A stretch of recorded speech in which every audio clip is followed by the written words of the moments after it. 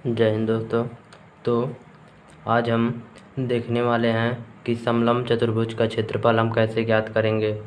तो सबसे पहले हम देख लेते हैं समलंब चतुर्भुज हमारा क्या होता है। तो चलिए भाई देखते हैं समलंब चतुर्भुज क्या होता है। तो भाई हमारा समलंब चतुर्भुज क्या होता है, तो चलिए सबसे पहले देखते हैं समलंब चतुर्भुज हम किसे कहते हैं। तो देख लीजिए, ऐसा चतुर्भुज, जैसे चतुर्भुज है समलंब चतुर्भुज, यानी कि 4 भुजाएं होंगे तो हम उसे चतुर्भुज कहेंगे। एक ऐसा चतुर्भुज जिसके 2 भुजाएं समांतर हो तथा अन्य 2 भुजाएं समांतर न हो, तो ऐसे चतुर्भुज को समलंब चतुर्भुज कहते हैं भाई। तो देख लीजिए, हमारा पास एक चतुर्भुज ए दिया हुआ है जिसमें भुजा ए बी तथा भुजा सी डी आपस में देख लीजिए समांतर है। समांतर का मतलब इसे हम अगर ऐसे डॉट डॉट डॉट डॉट आगे की ओर बढ़ाते जाएं और इसे भी बढ़ाते जाएं तो इसे कभी आपस में काटेंगी नहीं, इसलिए ये दोनों भुजाएं आपस में बराबर हैं। कौन कौन भुजा? ए बी और सी डी आपस में समांतर भुजाएं हैं।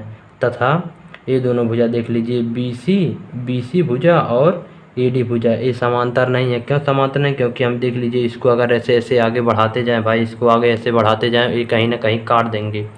तो समांतर भुजा आप जान लेते हैं कि कहेंगे, किसी कहेंगे ऐसे हम इसको अनंत तक बढ़ा दें, ये आपस में जहाँ नहीं काटेंगे तो ये दोनों रेखाएं आपस में समांतर हो जाएंगी।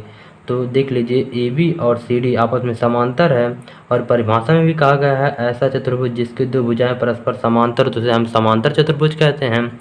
और हम इसको मतलब इसमें सीखने वाले हैं कि समलंब चतुर्भुज का क्षेत्रफल कैसे ज्ञात करते हैं। तो सबसे पहले देख लेते हैं, चलिए समलंब चतुर्भुज का क्षेत्रफल का सूत्र क्या होता है। समलंब चतुर्भुज के क्षेत्रफल का हमारा सूत्र क्या होता है?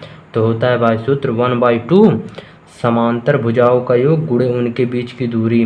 समांतर भुजाओं का योग गुणे उनके बीच की दूरी। समांतर भुजा देख लीजिए क्या है, ए बी है और सी डी है, तो एक इनका योग यानी कि देख लीजिए बराबर कह सकते हैं 1/2 समांतर भुजाओं का योग, यानी कि भुजा ए बी प्लस भुजा सी डी गुणे उनके बीच की दूरी क्या है भाई, m1 है।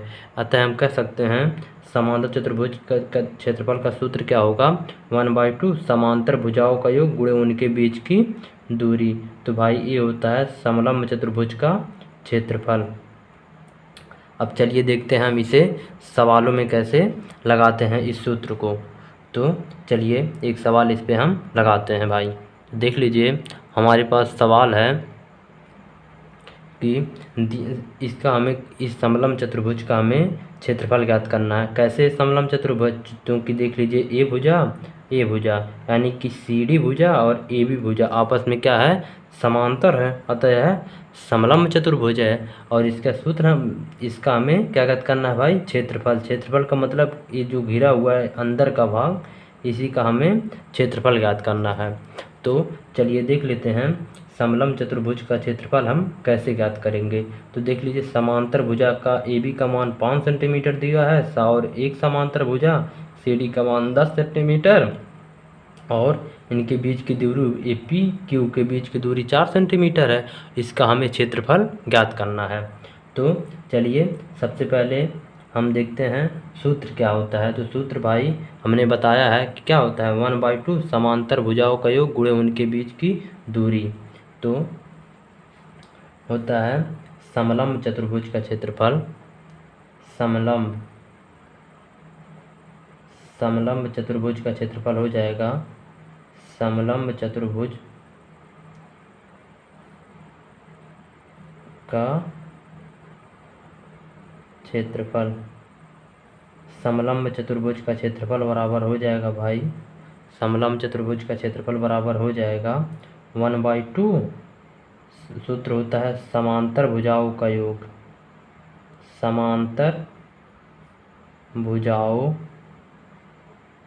समांतर भुजाओं का योग गुणे उनके बीच की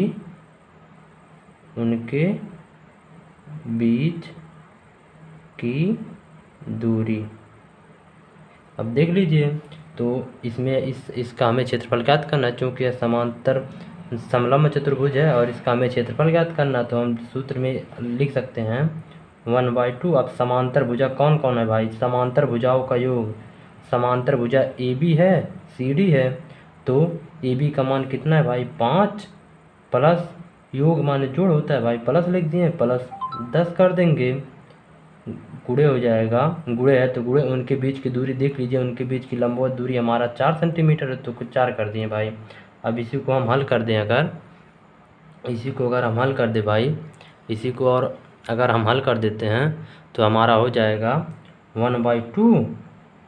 अब 5 और 10 में 5 जोड़ेंगे, हो जाएगा 15 गुणे 4। अब देख लीजिए कोष्टक को अगर हम हटा देते हैं, कोष्टक को हटा देते, जब कुछ नहीं होता तो कोष्टक के बगल में गुणा होता है, तो गुणा लिख देंगे 15 गुणे 4। अब देख लीजिए 2 से 4 कट जाएगा 2 बार में, अब गुणा कर देंगे हम, अगर 15 का 2 में 15 दूना कितना हो जाएगा भाई 30, तो 30 सेंटीमीटर स्क्वायर।